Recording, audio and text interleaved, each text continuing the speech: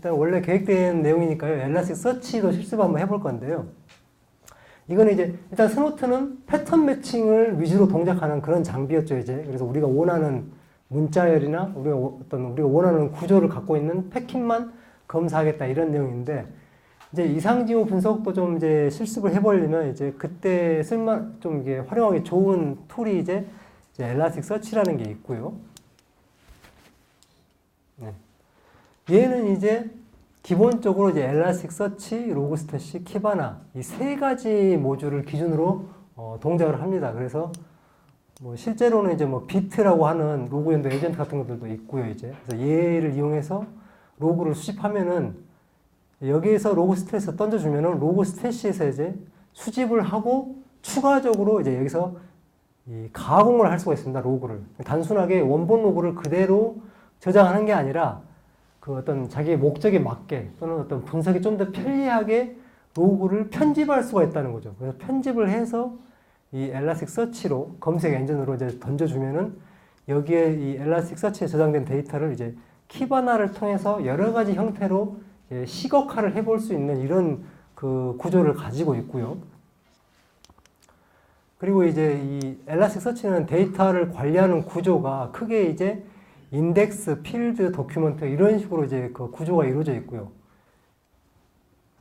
이게 지금 이 빔에서는 제대로 빔 프로젝트에서는 제대로 확인이 안 되는데 슬라이드가 원래는 지금 이 인덱스가 이 DB 모델에서는 데이터베이스랑 테이블을 다 커버하는 이런 구조다라는 그런 의미고요. 지금 필드는 필드랑 그 DB 환경에서 필드랑 매칭되고 도큐멘트는 이제 레코드랑 매칭되고 이런 이제 구조라는 거죠, 이제.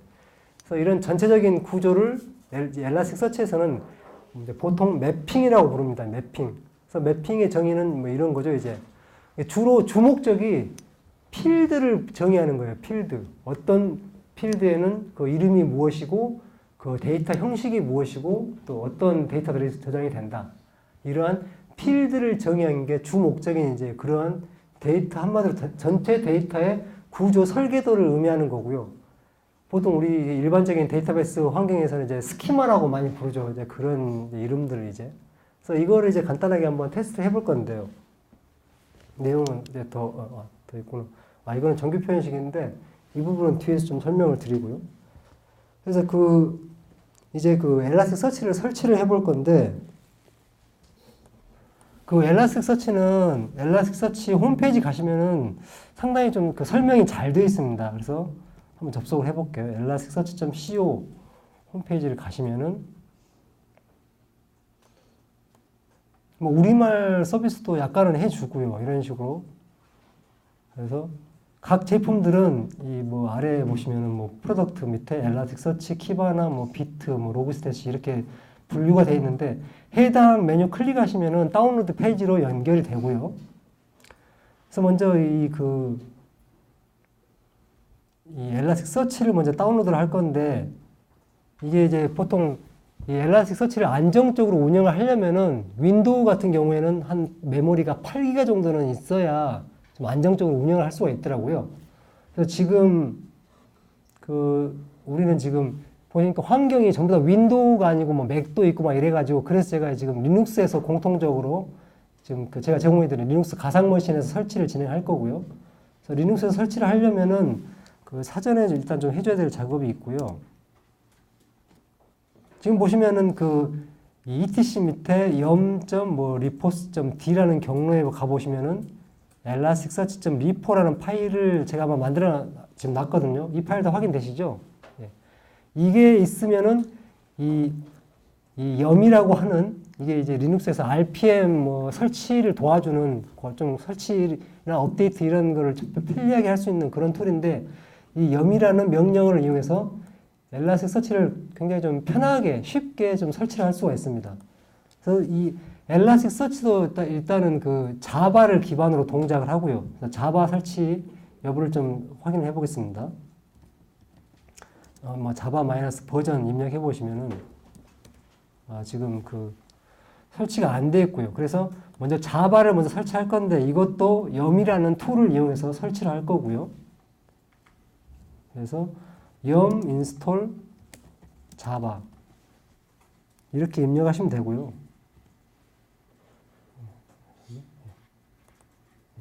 그래서 yum install java를 입력하시고 그대로 엔터 치시면 됩니다. 이것도 시간이 좀 빨리 끝내야 되는데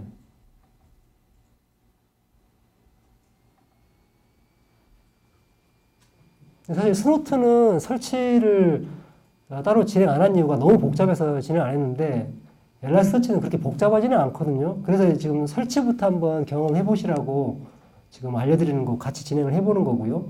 그래서 뭐라고 물어보면 그냥 yes 하시면 되죠. y를 입력하고 엔터를 치면은 일단 자바가 뭐 관련된 패키지들이 쭉 설치가 되고요. 일단은 지금 자바가 설치됐기 때문에 이제 엘라스틱 서치를 바로 이어서 진행을 해보겠습니다. 똑같습니다. 명령어는 yum install elasticsearch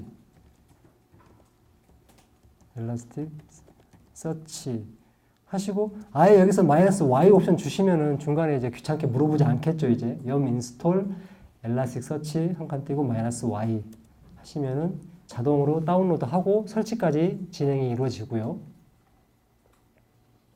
혹시 현재 업무에서 뭐 엘라스틱서치를 사용하고 계신 분 계신가요?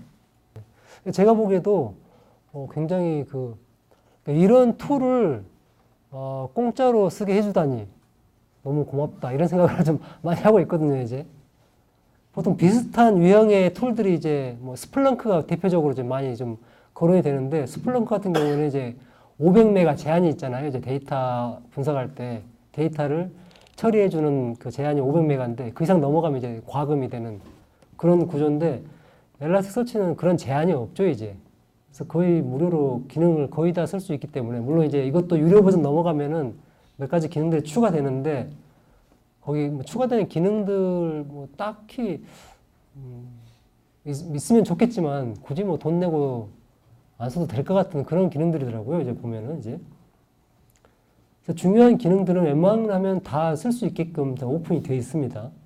그래서 굉장히 고맙기도 하고 그럼에도 불구하고 이제 엘라스틱서치가 이걸로 굉장히 지금 규모가 커지고 있거든요. 이 오픈 소스를 이용해가지고 사업 규모가 굉장히 커지고 있기 때문에 거의 스플렁크의 유일한 라이벌 이 정도 위치까지 좀 올라온 것 같더라고요. 이제 그래서 어떻게 보면 좀 대단한 것 같기도 하고요. 오픈 소스를 이용해가지고 이 정도 사업을 할 수가 있구나.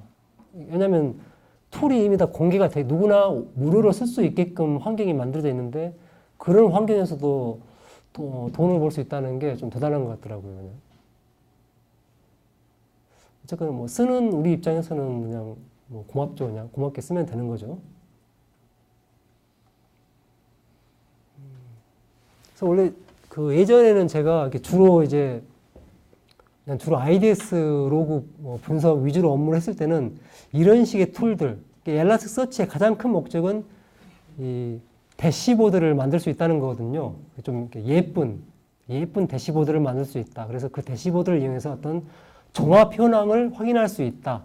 쉽게 어떤 문제점을 파악할 수 있다. 이런 특징들이 있는데 쉽게 얘기하면 한마디로 SIM 솔루션을 만들 수가 있다는 거죠. ESM이나 SIM 솔루션을 만들 수가 있다는 건데 이게 제가 아까도 잠깐 설명드렸지만은 이 보안 관점에서 어떤 SIM 한마디로 어떤 통계 분석이나 데이터 분석을 이용한 어떤 SIM의 대시보드를 보는 용도로는 IDS나 이런 IPS 같은 패턴 매칭을 이용하는 로그는 별로 좀 적합하지 않다고 했잖아요. 왜냐하면 데이터 정확도가 보장이 안 되기 때문에.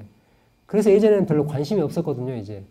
근데 저도 이제 패턴 매칭은 너무 지겨워가지고 이상주 분석도 좀 해보고 싶어서 찾다 보니까 거기에는 엘라스틱서치가 굉장히 좀 유용하구나. 좀 이런 좀 판단이 들더라고요, 이제. 실제로도 써보면은 굉장히 좋습니다, 이제. 일단 이런 식으로 리눅스 환경에서 제가 이게 리눅스에서 지금 설치를 진행하는 이유는 전부 다 같은 환경에서 설치를 진행해 보려고 그랬던 거고요. 자, 일단 이런 식으로 설치하는 거는 이제 아셨을 테니까 윈도우에서 한번 실제 동작하는 과정을 좀 살펴보도록 하겠습니다. 제가 현재 윈도우에는 기본적으로 제가 설치를 지금 해놓은 상태고요. 그래서 제 경로 보시면 제가 지금 현재 윈도우 C 드라이브 밑에 ELK라는 폴더를 만들었고 윈도우에서는 또 설치가 되게 쉬워요. 그냥 설치하는 것도 아니고 그냥 이 다운로드 받아가지고 압축 풀고 실행하면 끝이거든요. 그래서 굉장히 윈도우에서는 그 어떤 설치나 실행 이런 게 굉장히 쉽다는 말씀 드리고요. 그래서 먼저 그 엘라스틱서치를 먼저 실행을 해볼 건데요. 그 엘라스틱서치를 이 다운로드 받은 다음에 압축을 푸시면은 뭐 이런 식의 이제 경로가 이게 좀 화면이 좀 작으실 텐데 지금 화면 확대가 좀 잘 안 되고 있어서 일단 기본적으로 이 config 폴더에 보시면은 지금 elasticsearch.yml이라는 설정 파일이 있고요. 얘를 열어보시면은 이제 뭐 여러 가지 설정들이 있는데, 근데 이게 엘라스틱서치가 좋은 게 기본적으로 설정을 거의 건드리지 않고도 실행이 가능합니다. 그렇게끔 좀 그 세팅을 해놨어요. 그래서 여기 보시면은 뭐 어떤 뭐 클러스터 이름, 이게 기본적으로 엘라스틱서치는 하나의 클러스터에 여러 개의 노드가 이제 그 포함될 수 있는 이런 구조를 가지고 있거든요. 그래서 지금 저 같은 경우에는 한 대의 PC에 하나의 엘라스틱서치가 동작하기 때문에 노드가 하나인 거죠. 그래서 노드도 하나, 클러스터도 하나 이런 구조를 가지고 있는 거고요. 이때 어떤 뭐 클러스터 이름이나 이런 것들을 별도로 지정해 줄 수도 있고요. 지정 안 하면은 그냥 뭐 디폴트로 가는 겁니다. 그래서 여기 보시면은 아무것도 지금은 설정이 안 돼 있고요. 여기 네트워크 호스트 이런 경우에도 그냥 현재 로컬에서 뭐 설정하고 로컬에서만 사용을 할 거다 이러면은 그냥 기본적으로 지정을 안 하셔도 되고요. 근데 만약에 뭐 다른 IP에서도 접속을 해야 된다. 그럴 때는 이제 설정을 이제 활성화를 해줘야겠죠. 이제 별도의 IP를 다른 시스템에서 접속할 수 있는 그런 IP를 지정을 해 주셔야 되고요. 이제. 근데 기본적으로 윈도우에서는 아무것도 안 건드려도 된다. 이런 말씀 드립니다. 그래서 지금 현재 보시면 elasticsearch YML 설정 파일이 지금 아무것도 안 건드린 상태거든요. 그대로 저장 안 하고 닫겠습니다. 이제 그냥 닫고요. 이 상태에서 한번 실행을 해볼게요. 빈 경로에 있는 elasticsearch.batch 파일 실행하시면 되고요. 여기 해당 경로 가셔가지고 지금 C 밑에 ELK 밑에 elasticsearch 밑에 빈 해당 경로에서 엘라스틱서치 .batch 하셔도 되고 그냥 엘라스틱서치만 입력하셔도 되고요. 이대로 그냥 엔터를 치면은 바로 실행이 되는 거죠, 이제.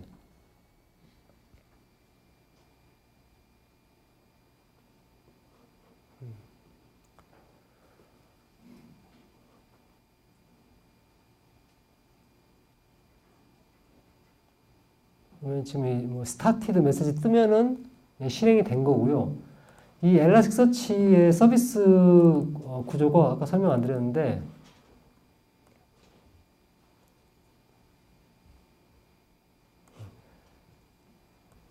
이 서비스 포트가 현재 그 디폴트로 이제 9200번이고요. 이 설정 파일에서 바꾸지 않으면 항상 이 9200번 포트를 사용합니다. 그래서 제가 한번 접속을 해보겠습니다. 이 엘라스틱서치는 웹 기반으로 동작을 하기 때문에 이 웹 브라우저를 이용해서 다양한 조작을 하실 수가 있어요. 그래서 현재는 그냥 IP 설정 별도 안 했기 때문에 로컬호스트로 접속이 가능하고요. 로컬호스트에 9200번 포트로 접속을 하시면은 이런 식으로 이제 현재 뭐 이런 그 클러스터 이름, 디폴트 클러스터 이름, 엘라스틱서치 뭐 그리고 뭐 현재 그 실행된 버전 이런 식의 엘라스틱서치 관련된 정보를 보여주고요. 이제 이거는 이제 이 엘라스틱서치 검색 엔진만 실행된 결과죠. 지금 그다음에 이어서 이제 키바나를 한번 실행해 보겠습니다. 키바나도 이 콘피그의 설정 파일 보시면은 지금 보시면 여기에는 이제 기본 서비스 포트는 5601번 포트고요. 이제 서비스 포트가 현재 서버 호스트는 지금 0점대로 설정해 놓으면은 이 노트북 PC에 있는 모든 IP랑 다 매칭이 되는 거죠. 이제 뭐 로컬 호스트도 되고 아니면 다른 IP가 몇 개가 그 세팅이 돼 있던 그 IP로 다 접속할 수가 있다는 거죠. 그냥 저는 그냥 여기서는 지금 뭐 지워버리고 그냥 로컬 호스트로 사용하겠습니다. 그리고 여기 보시면은 그 키바나에서는 좀 중요한 설정 하나가 여기 아래로 쭉 내려보시면은 이 키바나는 자기 혼자 동작하는 게 아니라 엘라스틱서치에 저장되어 있는 데이터를 가져와서 그걸 이제 데이터로 이제 시각화를 해주는 그런 툴이기 때문에 엘라스틱서치랑 그 서로 통신이 돼야겠죠. 그래서 엘라스틱서치의 주소를 알고 있어야 됩니다. 그래서 여기에서는 현재 디폴트는 로컬호스트고요. 엘라스틱서치가 로컬호스트 동작하기 때문에, 그래서 만약에 엘라스틱서치가 로컬호스트가 아니라 다른 IP로 동작을 하고 있다 그러면은 여기에서도 이 설정을 이제 바꿔줘야겠죠, 이제. 이런 좀 약간 중요한 부분이 있고요. 그 외에는 역시 건드릴 필요가 없습니다. 거의 건드릴 필요가 없고요. 그래서 지금 현재는 지금 키바나의 접속 주소만 모든 IP로 세팅이 되어 있습니다. 이제 여러분들도 접속하실 수 있다는 얘기예요. 이 상태에서 닫고 실행을 해보겠습니다. 역시 빈 경로에서 CMD 창에서 여기 키바나.batch 파일 실행해 주시면 되고요. 그러면은 지금 현재 지금 모든 IP에서 5601 포트로 지금 서비스가 돌고 있다는 거죠. 리스닝 하고 있다는 거죠. 접속을 한번 해볼게요. 아까는 9200번 포트였는데 이제는 56 키바나의 기본 포트인 5601번 포트로 접속하시면 이제 뭐 이런 화면을 보실 수가 있고요. 메뉴들이 뭐 쭉 있습니다. 뭐 디스커버, 뭐 비주얼라이즈, 뭐 대시보드 이런 식의 메뉴들이 있는데, 디스커버는 이제 뭐 원본 로그를 조회하는 그런 메뉴고요, 이제.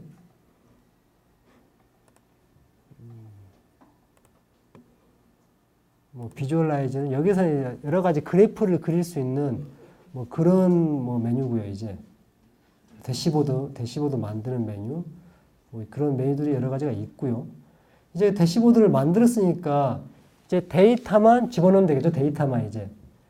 데이터를 밀어 넣어줄 때 이제 어떤 실시간 연동을 위해서는 아까 그 잠깐 설명드렸던 비트 이런 그 툴을 이용하면 실시간 로그 연동이 가능하고요.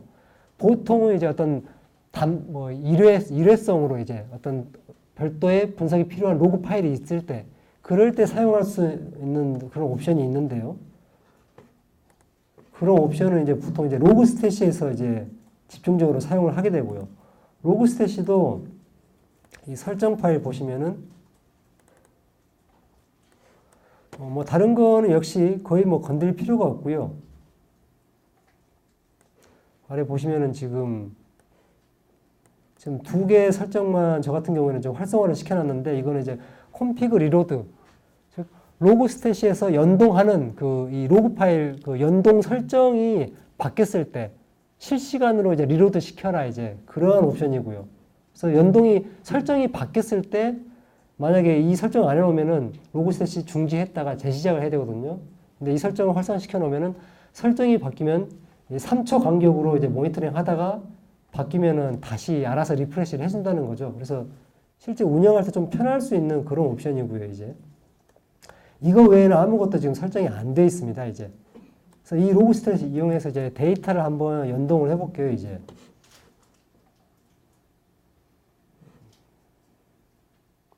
이 로그 스탯도 이 그 실제 실행 파일 경로, 빈 경로 가셔가지고 여기에서 이제 로그 스탯을 실행을 할 건데요. 이때 아까 보셨던 설정 파일은 로그 스탯의 그 운영 자체를 위한 설정 파일이고요.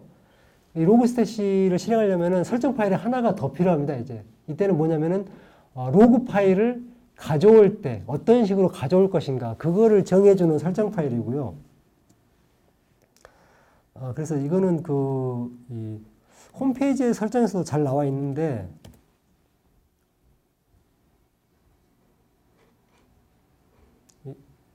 로그 스탯 클릭해 보시면은 여기 보시면은 지금 여기 잘 보실지 모르겠는데 로그 스탯은 크게 이 세 가지 구조를 가지고 있거든요. 인풋 그리고 이제 필터, 아웃풋. 그래서 인풋은 로그를 어디에서 가져올 것이냐, 필터는 로그를 어떻게 가공을 할 것이냐, 그 다음에 아웃풋은 로그를 어떻게 어디에다가 저장을 할 것이냐 이런 설정을 해주는 부분들이고요. 이거를 한번 좀 작업을 해보겠습니다. 샘플.콤프란 파일을 하나 만들고요. 기본적으로 세 개의 구조, 인풋, 필터, 아웃풋 세 개의 구조를 가지고 있다는 거죠. 그래서 인풋 뭐 이런 식의 구조를 갖고 있습니다. 필터, 아웃풋.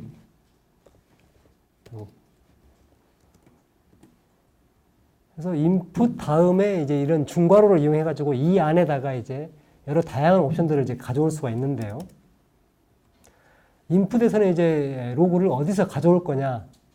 이때 여러 가지 옵션들이 있는데 그 옵션들을 이제 플러그인이라고 보통은 부르고요. 그런 플러그인들에 대해서도 여기 보시면은 그 다 설명들이 되어 있습니다. 여기 로그 스탯에서 인풋 이 메뉴 보시면은 여기에 뭐 베리어티 오브 인풋이라고 해가지고 다양한 인풋 플러그인들을 설명을 해주고 있거든요. 쓸 수 있는 이 인풋 영역에서 쓸 수 있는 플러그인들을 쭉 나열을 해주고요. 보시면은 뭐 이런 식으로 굉장히 많은 수십 개의 그런 플러그인들이 지금 사용할 수 있다는 걸 아실 수가 있고요. 그래서 굉장히 다양한 환경에서 로그를 가져올 수가 있다는 거죠, 이제. 그 중에서 저는 이제 이 중에서 이 파일이라고 하는 필터를 하나 써보겠습니다. 파일.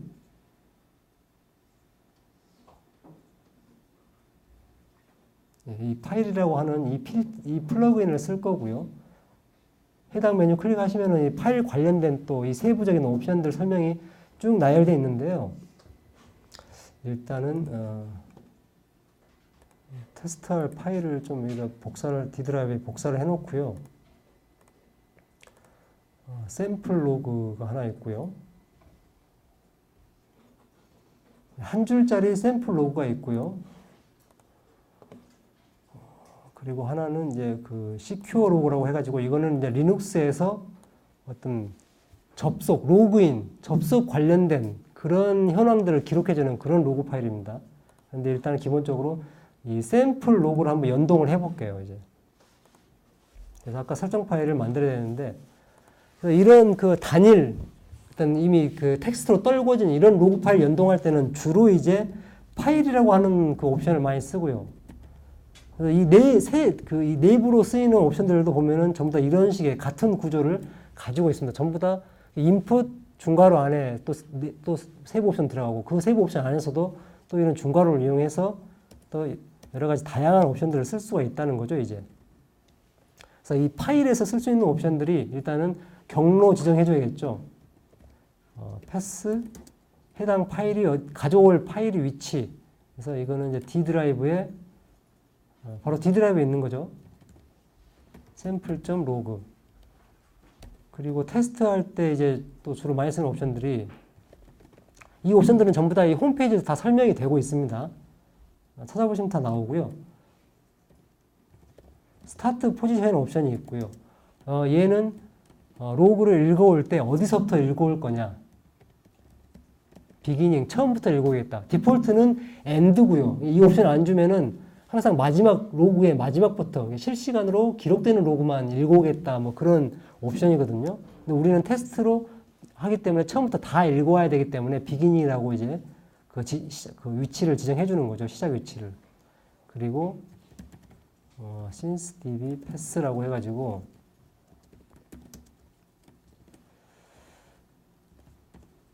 이거는 이제 우리가 이렇게 보통 테스트 할 때는 하나의 로그를 가지고 반복 테스트를 하잖아요. 근데 우리 이 로그 테스트로 로그를 그 연동을 하면은 한 번 읽었던 로그는 이제 두 번째는 읽지를 않습니다, 이제. 내가 어떤 로그를 어디서부터 어디까지 읽었다는 거를 얘가 기억을 하고 있어요, 이제. 근데 이때 그 경로가 since db 언더바 pass라는 경로고요.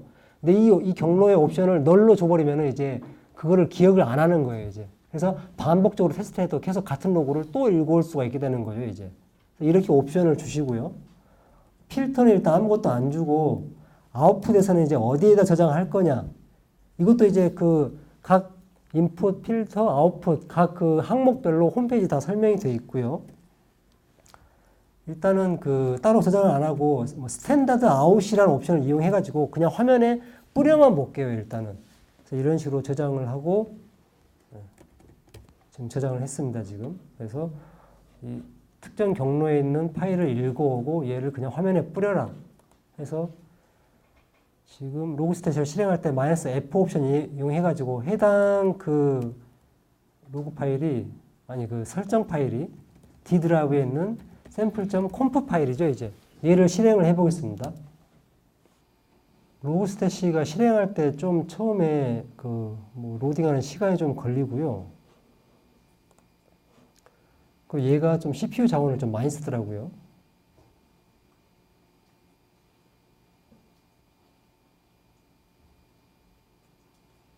지금 실행이 되고 있고요. 지금 보시면 아까 한 줄짜리 로그가 들어가 있었는데 샘플 로그에 그 로그를 지금 이런 식으로 지금 연동이 됐다는 걸 알 수가 있고요. 지금 그래서 보시면은 이 호스트 그러니까 그 이 로그 연동한 PC 이름이죠. 호스트 이름 메시지라는 필드에 실제 연동을 하려고 했던 전체 로그가 들어가 있다는 사실을 알 수가 있고요.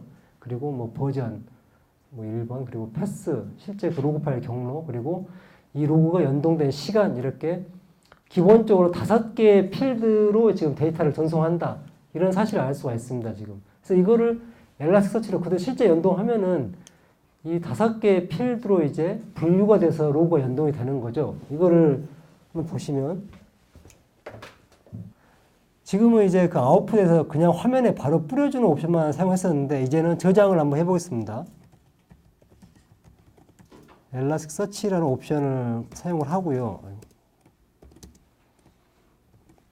이 구조가 다 비슷비슷하죠. 보면은 옵션 이름 주고 그 다음에 이 중괄호를 이용해서 뭐 세부 옵션 결정해주고 호스트라는 옵션을 이용해가지고 이제 로컬호스트에 9200번으로 보내겠다. 그래서 저장을 하면은 다시 재실행이 되겠죠. 이제 재실행이 되는데 지금 보시면은 여기 엘라스틱서치, 언리처블 이런 좀 에러 메시지 좀 떨어졌고요. 엘라스틱서치랑 통신이 잘 안 된 것 같은데 엘라스틱서치를 재실행 한번 해볼게요. 지금 이런 식으로 지금 데이터가 지금 연동이 됐고요. 이번에는 지금 이 엘라스틱서치라는 옵션을 이용해서 실제 검색 엔진까지 지금 저장을 했기 때문에 실제 데이터를 확인해 볼게요. 제대로 들어왔는지. 그래서 여기에서 지금 그 데이터가 들어오면은 데이터 관련된 설정을 해주는 부분이 이제 매니지먼트에서 인덱스 패턴 가시면은 지금 키바나에서 보면은 지금 뭐 제가 기존에 쓰던 여러 가지 지금 인덱스들이 만들어져 있는데 새로 크리에이트 인덱스를 클릭하시면은 신규 데이터가 지금 이런 식으로 확인이 됩니다. 지금 2018년 10월 11일자. 기본적으로 엘라스틱서치는 이 인덱스 이름을 정하지 않으면은 로그스태치가 자동으로 그냥 로그스태치 마이너스는 접두사 다음에 해당 그 실행된 날짜를 붙여가지고 인덱스 이름을 자동으로 만들어줘요. 얘로 한번 지금 등록을 해보겠습니다. 그래서 이 과정은 실제 엘라스틱서치에는 그 데이터가 저장이 되어 있는 거예요. 근데 이거를 키바나에서 뽑아오기 위해서는 그 같은 구조를 갖는 같은 매핑 구조를 등록을 키바나에다 해줘야 한다는 거죠. 그래서 그 과정이고요. 그래서 이 이름을 복사해서 인덱스 패턴 여기다가 붙여넣기 하고요. 이런 식으로 복사가 됐습니다.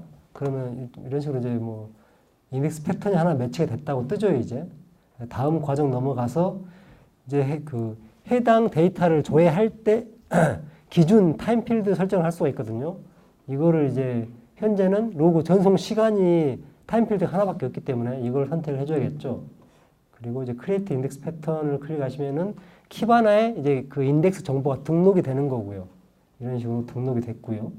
그러면 디스커버 메뉴를 가시면은 그 해당 인덱스를 선택해 주시면은 이런 식으로 지금 데이터를 조회하실 수가 있는 거죠. 이제 2개의 데이터가 지금 들어와 있고요, 지금. 그리고 데이터 뭐 관련된 필드들은 뭐 이런 식으로 지금 필드가 분류되어 있다. 이런 내용들을 이제 확인할 수가 있는 거죠. 그래서 로그 뭐 전송 시간, 뭐 버전 정보, 디폴트로 만들어지는 그런 정보들이 있습니다. 제일 중요한 거는 이제 메시지에 들어가 있는 로그 정보가 되겠죠. 이제 우리가 분석하고 싶은 로그 정보.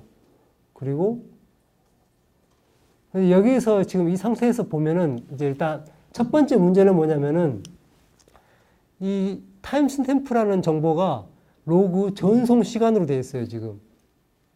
아래 보시면은 실제 로그의 발생 시간은 이 전송 시간하고 맞지가 않잖아요. 우리는 실제 로그의 발생 시간을 기준으로 분석을 하고 싶어 하잖아요.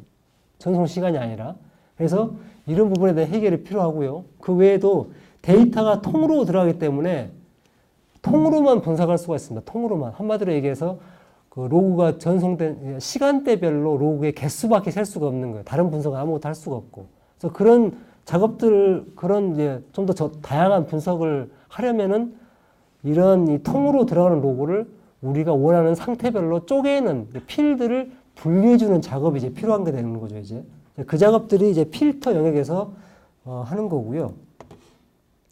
그래서 이런 작업들을 할 때 제일 많이 쓰는 그런 필터가, 이것도 필터, 아까 로그스탯이 뭐 필터 영역에서 클릭하시면 여러 가지 다양한 필터들을 조회하실 수가 있는데, 제일 많이 쓰는 필터가 이제 그록이라고 하는 필터가 있고요. 그록이라고 하는 이제 필터가 있고요.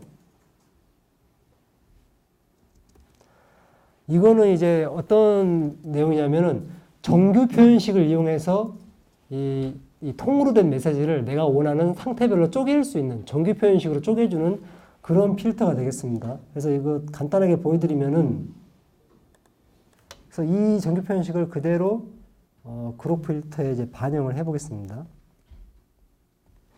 여기에다가 해당 정규 표현식 그대로 그냥 붙여넣기 해주시면 돼요, 그냥. 그러면은 이때 이렇게 보시면은 이제 지금 그록 필터의 구조는 이렇게 되어 있고요, 지금. 이 필터 구조 안에 그록 필터 구조가 들어가 있는 거죠, 이제. 이런 식으로. 그래서 보시면은 뭐 이 매치라는 옵션을 이용해가지고 이 메시지 필드를 이 정규 표현식을 이용해서 필드를 더 쪼개라. 이렇게 되는 겁니다, 이제. 그래서 이걸로 다시 한번 실행을 해보겠습니다. 이게 지금 먼저 저장을 하고요. 그래서 사실 이 정규 표현식만 좀 익숙하시면은 엘라스티크서치는 되게 쉬워요. 일단 보시면 실행 자체가 딱히 뭘 안 건드려도 그냥 실행 파일만 실행시켜도 바로바로 다 올라오기 때문에 그 상태에서는 사실 제일 중요한 거는 이제 내가 원하는 그 로그를 어떤 식으로 분류해서 집어넣을 것인가 이 부분만 결정할 수 있으면 이제 되게 쉬워지거든요, 이제. 근데 그때 제일 유용하게 쓸 수 있는 필터가 이제 그록 필터고요. 정규 표현식을 이용하는. 그래서 지금 보시면은 아까는 로그가 통으로 메시지 필드에 들어갔는데 지금은 이제 뭐 타임스탬프라는 필드 별도로 분류되어 있고요. 또 메시지 필드, 또 뭐 프로시 필드 이런 식으로 다 분류가 됐습니다, 지금. 지금 안 돼 있는 작업은 이제 현재 아직도 지금 이 기준 타임이 그 로그 전송 시간으로 되어 있는데 이 부분도 이제 이 타임스탬프라는 필드가 별도로 만들어졌기 때문에 이 필드를 이용해서 이제 시간 기준 타임 필드를 이제 수정을 해줄 수가 있습니다. 이때는 또 이제 뭐 데이트라는 플러그인이 있고요.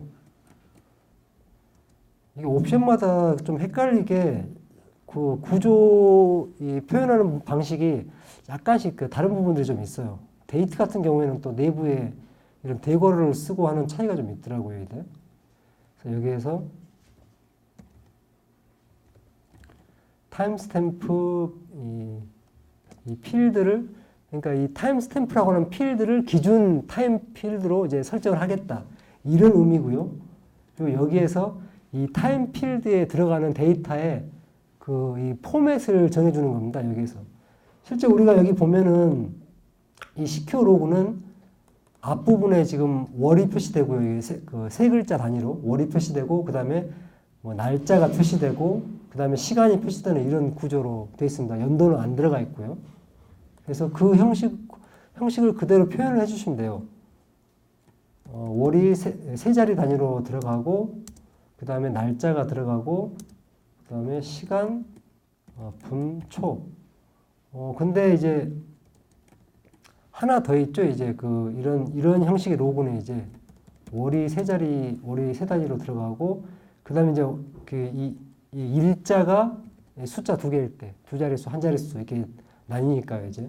이렇게 있고, H, 시간, 분, 초. 이런 식으로 이제 구성을 해줘야 한다는 거죠. 그리고 저장을 하고요. 그러면 다시 이제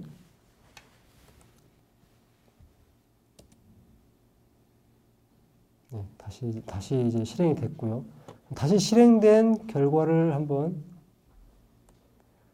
오늘 날짜 인덱스를 조회를 해보고요. 현재 시간이 아니라 지금 일단 아까 그 로그는 지금 뭐 1월 2일자 로그거든요. 여기에는 연도가 없기 때문에 연도 정보가 없으면 자동으로 올해 연도로 세팅이 됩니다. 그 엘라스틱 서치에서는. 그래서 올해 1월 달을 검색을 해봐야겠죠. 이때 이제 디폴트로는 항상 그 최근 15분 그 설정이 되어 있고요. 검색 기간에. 여기서 이 검색 기간을 바꿔줄 수가 있습니다. 이런 앱솔루트 메뉴를 이용해가지고 뭐 1월 달부터 뭐 한 2월 달까지 검색하겠다. 뭐 이런 식으로. 인덱스를 한번 바꿔서 해볼게요. 인덱스를. 지금 현재는 인덱스 이름을 별도로 지정을 안 하고 자동으로 만들어진 인덱스를 쓰고 있는데 인덱스를 한번 인덱스 이름을 지정을 해보겠습니다. 뭐 이런 식으로 지정을 해줄 수가 있고요. 그래서 뭐 시큐어 뭐 로그 뭐 이런 식으로 이름을 줄 수가 있습니다. 이제 여기 시큐어라는 새 이름이 생겼죠. 이제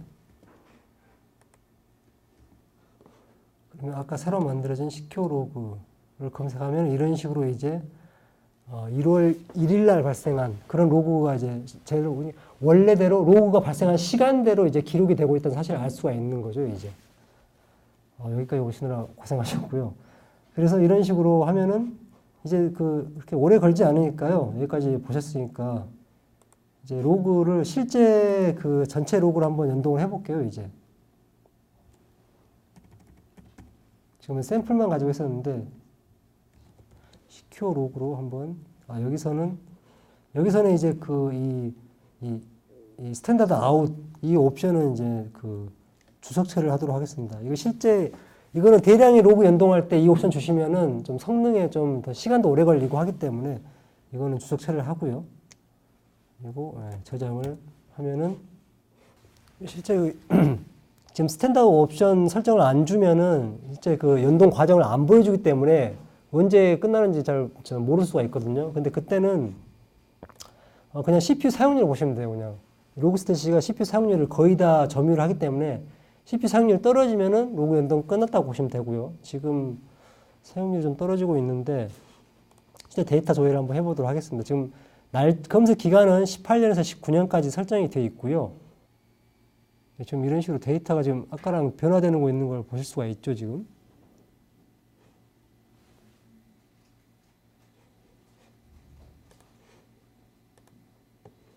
여기 보시면 이제 뭐 오토 리프레시 메뉴를 이용해 가지고 뭐 여러 시간 설정을 주실 수가 있습니다. 뭐 5초 간격으로 리프레시 한다든지. 지금 보면 이제 데이터가 지금 여기 보시면은 뭐 21만 7,578개 이런 식으로 지금 다 들어왔고요, 지금. 실제 뭐 CPU 사용률도 좀 떨어졌죠, 이런 식으로. 그러면 로그스탯은 뭐 중지하시면 되고요.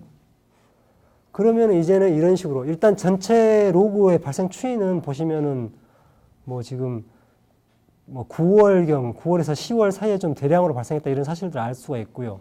그리고 마우스 드래그를 해가지고 해당 범위를 확대하실 수가 있습니다. 뭐 이런 식으로 이제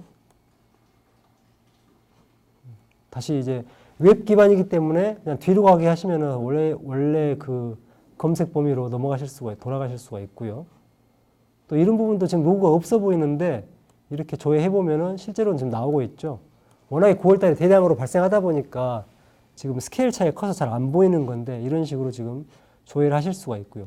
이거를 이제 비주얼라이즈 메뉴에서 이제 우리가 필드 분류를 했기 때문에 그러니까 우리가 원하는 상태, 특정 현상은 별로 필드 분류를 했기 때문에 그 필드를 기준으로 그래프를 그릴 수가 있다는 거죠. 제일 많이 쓰는 그래프가 보통 라인 그래프니까요. 이제 라인 그래프 종류 선택하시고 해당 인덱스 선택하시고 그리고 이제 디폴트로 여기서 이제 매트릭이 이제 어떤 식으로 계산을 할 것인가 집계 방식을 결정하는 옵션이고요. 현재는 지금 단순히 개수 카운트만 세겠다 이 옵션이고요. 여기서도 뭐 평균, 최대 여러 가지 옵션들을 선택하실 수가 있습니다. 이제 일단 뭐 카운트로 해보고요. 그리고 이제 이 버켓이라는 메뉴가 이제 어떤 기준으로 이제 그 개수를 셀 것인가 이거를 결정하는 옵션이거든요. 그래서 만약에 X축에서 지금 뭐 데이터 히스토그램 선택하면은 일단은 이 시계열 그래프를 그리는 겁니다. 디폴트로 이런 식으로 그래프가 이제 그려지는 거죠, 지금. 이거는 지금 아까 제가 지금 5초 동안에 그 리프레시 설정해 놔가지고 그러는데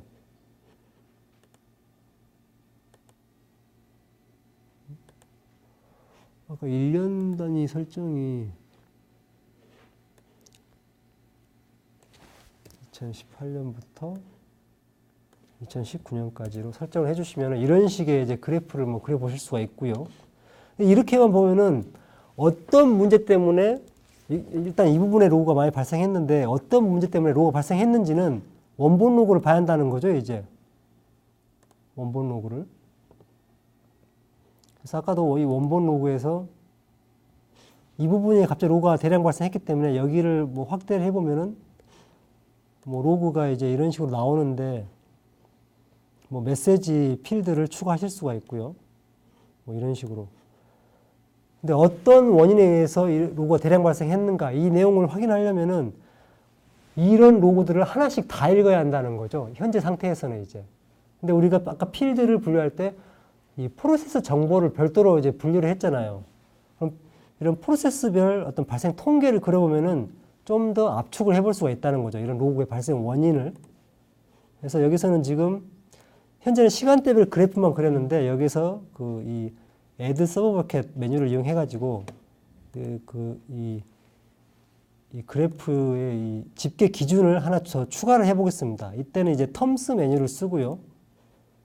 텀스 메뉴에서 원하는 필드를 선택할 수가 있다는 거죠. 그래서 여기에서 프로시 필드를 선택하시고 실행을 하시면은 이런 식의 이제 각 프로세스별로 그래프의 발생 추이를 그려볼 수 있다는 거죠. 이거는 선 그래프인데 그냥 봐도 SSHD에 의해서 대량 로고가 발생했다. 이런 내용을 아실 수가 있는 거고요. 좀 더 이쁘게 바꿔보면은 이 그래프 종류를 바 그래프로 누적 그래프로 이런 식으로 바꿔가지고 그려보면은 그때도 역시 이런 식의 그래프를 그려볼 수가 있다는 거죠. 그래서 이때 SSHD 접속이 대량 발생해가지고 로고가 늘어났구나. 이런 내용들을 알 수가 있다는 거고요.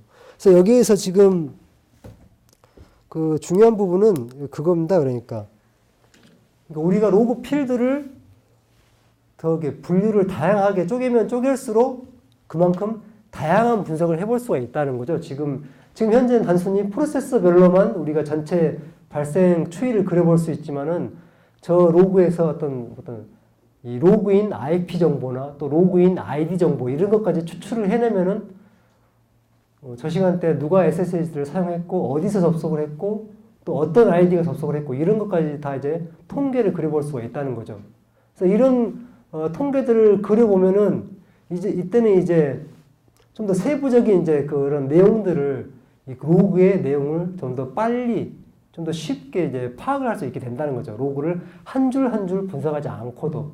그래서 그런 관점에서 그래서 이런 로고들은 이 사실관계가 비틀어지지 않고 사실 그대로 기록되어 있기 때문에 숫자만 잘 세면은 우리가 어떤 로그의 다양한 그런 메시지들을 좀 더 큰 그림으로 분석할 수 있다. 이런 말씀을 좀 드릴 수가 있고요. 그래서 중요한 거는 우리가 필드 분류를 얼마나 잘 할 것인가. 이 부분이 좀 중요하다고 이제 말씀드릴 수가 있겠죠. 그래서 역시 이 부분도 그러면은 이제 어떤 필드를 분류하고 어떤 필드를 이제 분류하지 않을 것인가. 이런 선택을 해야 되는데 역시 그 부분은 이제 그만큼 로그를 이제 좀 다양한 관점에서 좀 고민을 해봐야 나올 수 있는 해답이라고 이제 생각을 하고요. 그래서 여기까지 해가지고 오늘 좀 네트워크 보안에서 사용되는 두 가지 방법론, 패턴 매칭이랑 이상징후 분석에 대해서 좀 간단하게 좀 사례를 좀 살펴봤고요. 오늘 좀 소개드린 사례들이 실제 업무에 좀 도움이 됐으면 바람으로 이상으로 좀 끝을 맺도록 하겠습니다.